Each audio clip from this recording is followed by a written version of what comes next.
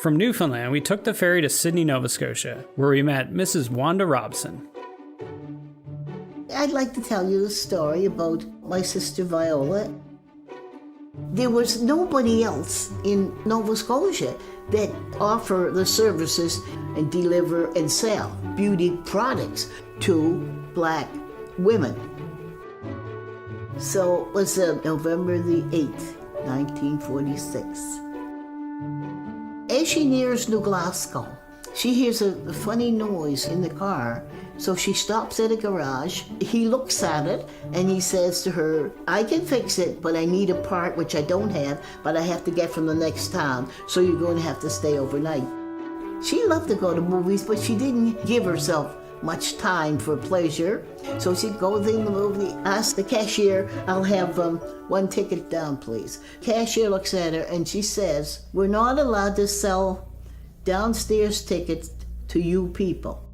So she said, well, here's the money, here's the difference, I'm going to sit down. The usher came to her and said, if you don't move, I'll have to call the manager. Well, my sister said, I'm not causing a fuss. I've offered the extra money. You have to call the manager because I'm not moving. The manager went to the courthouse to get an order for her arrest, and she was put in jail. It worked out that they found her guilty of trying to defraud the government of not paying the provincial amusement tax that they have on theater tickets, which was a grand total of 1 cent. Mrs. Robson is a true example of determination. In 2007, at the age of 77, she graduated from university. Perhaps it was that grit that led her to fight for greater awareness surrounding the events that led to her sister Viola's arrest in 1946. I can't believe it. In 2009, it just seemed like an avalanche. It was like I was getting phone calls. I was getting people coming to the door, people writing me letters, the government. Then I spoke at the province house. And that was the day they gave her a pardon. It's something I had never expected. But then I thought, oh, Viola, you've done it. You've done it. You've done it. In recent years, Viola Desmond's memory has been honored in a few different ways. A ferry in Halifax was named after her. She has been memorialized on one of our Canadian stamps. And in 2018, she will become the first Canadian woman to appear on a Canadian banknote.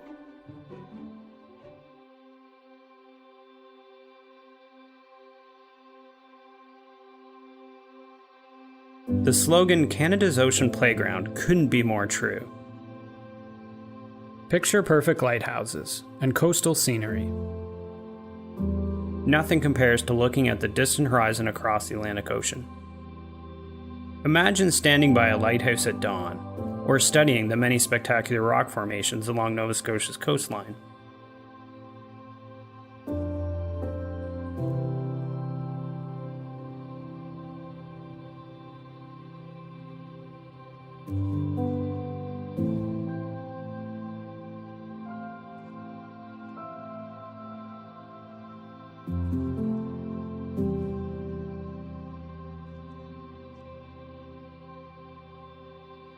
In Antigonish, we had the opportunity to talk with the Syrian refugee family that had been welcomed into Canada not long ago.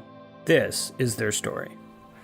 Your refugee means that you lose everything, especially lose your sense of belonging. That losing your home, losing your friends, your connections, everything you have been building since ever you were born, will be lost in one moment.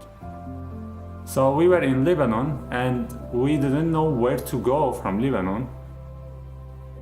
Then, we had this opportunity from the Canadian Embassy that they invited me and my family to come to this country.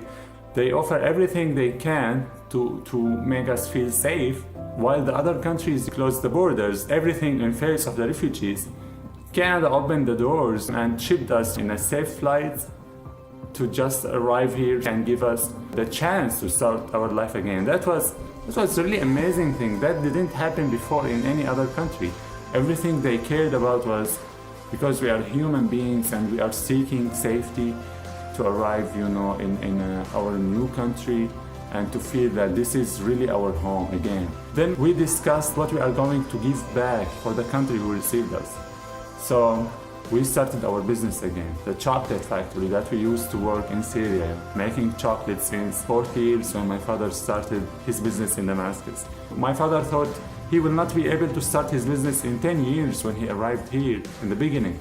Then he realized it's easy by the support of the Canadians. And because you are in Canada, because you are in Nova Scotia, and because you are in Antigonish, that happened very fast because we have people around us, they embraced us and they really care. But I feel that we are the luckiest because we came to Canada. We discussed what to call the company, and it was the message that we are here for. And we said we need to deliver and let everybody knows that our story through our name. And the whole family agreed on the name, Peace by Chocolate.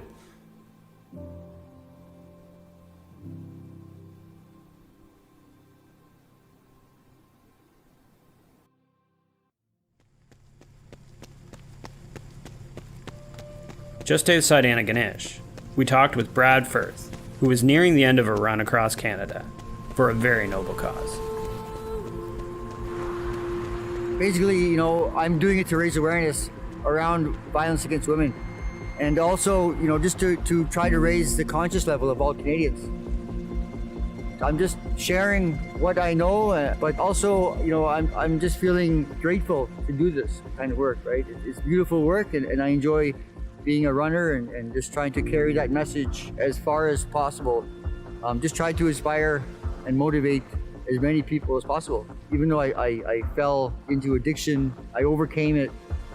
So I started racing when I was really young and playing hockey as a child, and I went back to it. I went back to my original teachings. So that's why I'm able to resurrect myself, resurrect that athlete inside me, and have a fulfilling life, have a peaceful life, enjoyable life.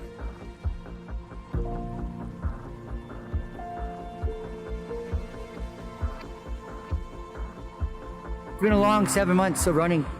I'm tired, so I'm expecting, a good invitation to Newfoundland.